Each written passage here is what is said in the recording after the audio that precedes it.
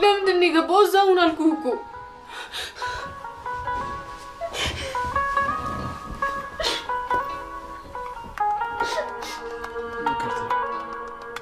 የልብን አድርስ ይቅርታ አትበለኝሽ። እሺው አሁን እንደፈለግሽ አድርገሽ እንጂ ምንም ባደርግ ያወጣልኝ። ሰንዴ በጣም ይቅርታ። የልብን አድርጋ አትቀስስ።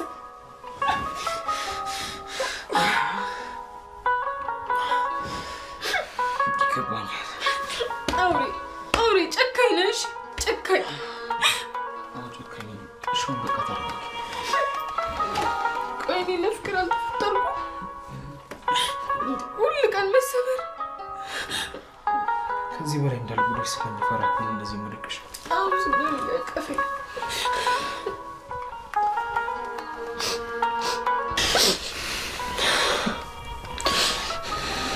መንገዳችንን እንቀጥላለን ማለት ነው። እሺ በስ ሂዳ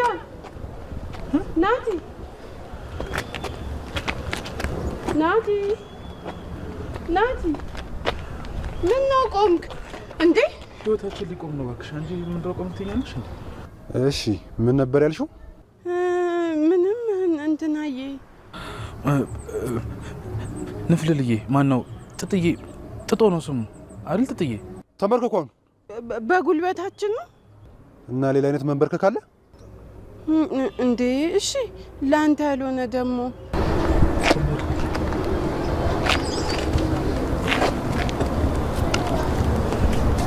እጃችሁን ወደ ላይ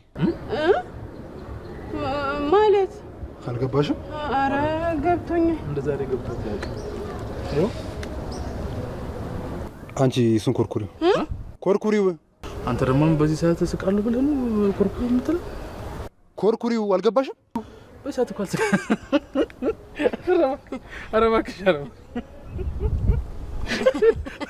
ጥጦዬ አንቺ አትሳቂ። ተራሽ አልደረ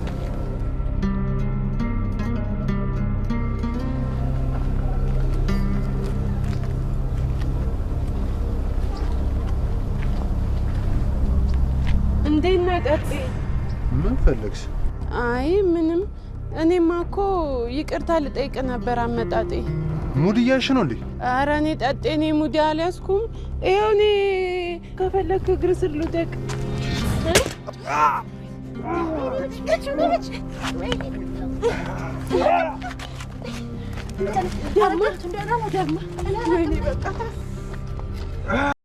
ሰላም ጤና ይስጥልኝ ውድ የቻናሌ ቤተሰቦች እንደምን አላችሁ? በያላችሁበት ሰላማችሁ ይብዛልኝ። ለዚህ ቻናል አዲስ ከሆናችሁ ሰብስክራይብ በማድረግ ቤተሰብ አድርጉኝ። እንዲሁም ላይክ እና ሼር እንዳይረሳ። የዛሬው ቪዲዮ የጽናት ክፍል 191ኛ ነው። በዛሬው ቪዲዮ ሰኒና ጆከር እንግዲህ በግልጽ ፍቅራቸውን ተገላልጸዋል ማለት ነው። እንግዲህ ጆከር እስከዛሬ ሰኒ ሳታውቅበት በድብቅ ይወዳስ ነበረ። ሰኒም እንግዲህ አልተናገረችም እንጂ ጆከርን በጣም ከልቧ ትወዳለች። ከዛ ከገባችበት ችግር ሁሉ ያወጣት ጆከር ነበረ። ሰኒ ታዲያ ከዚህ በፊት በክብሮም ፍቅር በጣም ተጎድታ ነበረ። ክብሮም ታዲያ በእህቷ ምክንያት ከዚህ ደረስኩ እንኳን ሳይል እንደወጣ ሳይመለስ ቀረ። ታዲያ አሁን ክብሮምን ረስታ በጆከር ፍቅር ተይዛለች። ጆከርም እንግዲህ እኔ ለሰኒ የምገባ ሰው አይደለሁም ይላል። ታዲያ ለሰኒ የማይገባበት ምክንያት ለምንድን ነው ስንል እንግዲህ ጆከር የጎዳና ልጅ እንደሆነና ደሃ አደግ እንደሆነ ሲናገር ሰምተናል። ታዲያ ሰኒ ይሄንን ነገር መቀበል አልቻለችም። ምክንያቱም አንተንና አንተን ብቻ ነው የምፈልገው፣ ለምንድን ነው የማይገባህም እያለችውም እንግዲህ እየተደባደበችም ነበረ። ሰኒ በስተመጨረሻም ተሳክቶላት እንግዲህ ጆከር የሰኒን ፍቅር ተቀብሏል። እንዲሁም ደግሞ ሰኒም በጣም ደስተኛ ሆናለች። ታዲያ ብዙ አልቅሳ ነበረ። እኔን ለፍቅር የተፈጠርኩ ሰው አይደለሁም እንዴ በማለትም ራሷን ጎድታለች። በስተመጨረሻም ግን እሱም ጠጋ ብሎ ስላባበላትም እንግዲህ ሁሉንም ነገር ረስታ አሁን እንደ አዲስ ከጆከር ጋር ፍቅር ጀምራለች። የኪያ እናት ሳትናገር ከድሬ ተነስታ መታ እንግዲህ አዲስ አበባ እንደገባች ለልጇ ለኪያ ደውላ ነበረ። ኪያም እንግዲህ በጣም ተደናግጣ እናቴ በዚህን ጊዜ መምጣት አልነበረባትም እያለችም እናቷን ለመቀበል ከቤት ወጥታ እናቷን ተቀብላ ወደ ቤት ተመለሰች። የኪያ የቤት አከራይዋ እንግዲህ በጣም ቁጡና ስትወጣና ስትገባ ክትትል የምታደርግባት አይነት ሰው ናት። ታዲያ የኪያ እናት ይሄ ነገር ምንድነው ስትልም ከአከራይዋ ጋር ተጣልታለች። ኪያ ለምን እንደዚህ ታደርጊያለሽ እናቴ? እንደዚህ አይደረግም፣ ይሄ ድሬ አይደለም አዲስ አበባ ነው ትላለች። ኒናና የኪያ እናት ተገናኝተው በጣም ተግባብተዋል። እንግዲህ ኒናና የኪያ እናት ሲገናኙ ከመግባባትም አልፎ እንግዲህ መንገድ ላይ የሚያሰቃያትን ሰው ለመደባደብ ወደዛ ሄደዋል። የኪያ እናት ሳይነኩኝ አልነካም፣ ከነኩኝ ግን አልፋታም ትላለች። ኒናም እንግዲህ እኔም ልክ እንዳንቺው ነኝ አለቻት። በዚህ እንግዲህ ቤቱ ሙሉ ሳቁባት። ኪራም በጣም ሳቀባት። ጽናትም እንግዲህ ኒና ሰው ሲመጣባት ማራቶን ነው የምትሮጠው፣ ሮጣ ነው የምታመልጠው አለቻት። የኪያ እናትም እንግዲህ ሮጦ ማምለጥ ራሱ ከድብድቡ አንዱ ነው በማለት መለሰችላቸው። በስተመጨረሻም ሁለቱ ተስማምተው መንገድ ላይ ኒናን የሚያሰቃያትን ሰው ለመደባደብ ወጡ። ኒና ገና ልጁን ስታይ በጣም ፈርታ ነበረ።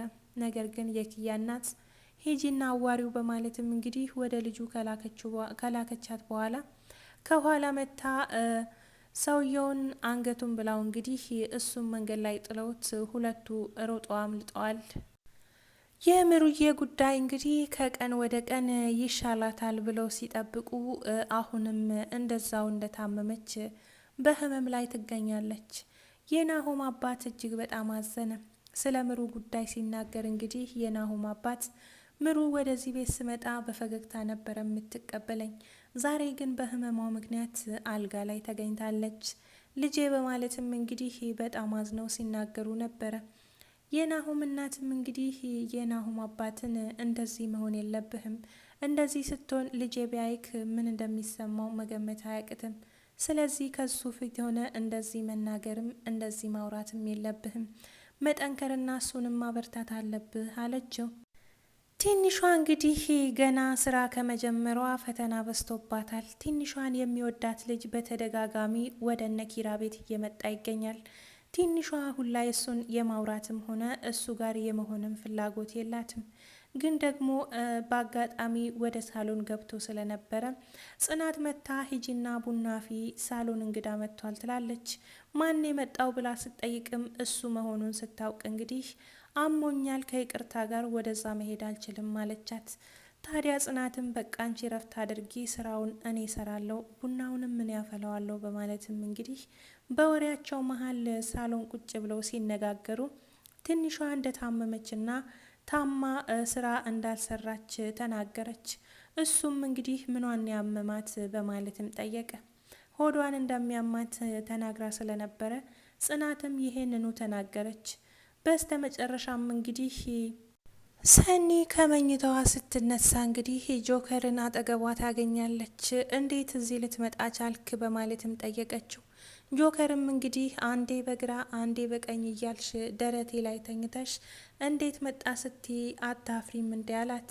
እሷም እንደዚህ መሆኑ ትክክል አይደለም፣ ለማንኛውም ፊቴ ልታጠብላው እንግዲህ ጥላ ወጥታለች። ኪራና ኪያ ሳሎን ቁጭ ብለው እናቷንና ኒናን ሲጠብቁ ነበር። ታዲያ እናቷና ኒና ወደ ሌላ መንገድ ሄደዋል። እነሱም የሄዱት ያንን ሰው ለመደባደብ ነበረ። እሱንም መተውት መንገድ ላይ ጥለውት ካጠገቡ ሸሽተዋል። ሁለቱ ታዲያ ሳሎን ቁጭ ብለው ሲጠብቁ፣ ነገር ግን ኒናና የኪያ እናት አልተመለሱም። ውድና እየተከበራችሁ የቻናሌ ቤተሰቦች የዛሬው ቪዲዮ እንግዲህ ይሄንን በሚመስል መልኩ አልቋል ማለት ነው። ቀጣዩን ቪዲዮ ምን እንደሚፈጠር በተለይም ደግሞ ስለ ምሩ ጉዳይ ምን እንደሚፈጠር እንግዲህ አብረን የምናይ ይሆናል። ምሩ እንግዲህ እስካሁንም ድረስ ከህመሟ ልታገግም አልቻለችም። ቅዱስም ተመልሶ አልመጣም። እንግዲህ ቅዱስን በማለት ወደዚህ ቤት የምትመላለስ ሰላም እየተባለችው የቅዱስ የቀድሞ ፍቅረኛው፣ እሷም እንግዲህ ቅዱስን ካላየሁ ወዴትም አልሄድም እያለች ነበረ። ቀጣይ ምን እንደሚሆን አብረን የምናይ ይሆናል። እስከዛውም ድረስ ግን እስከ መጨረሻው ለምትከታተሉኝ እጅግ በጣም ከልብ አመሰግናለሁ። በቀጣይ ቪዲዮ እስከምንገናኝ ድረስ በያላችሁበት ቸር ሰንብቱልኝ። ባይ ባይ። ሰላም ሁኑልኝ።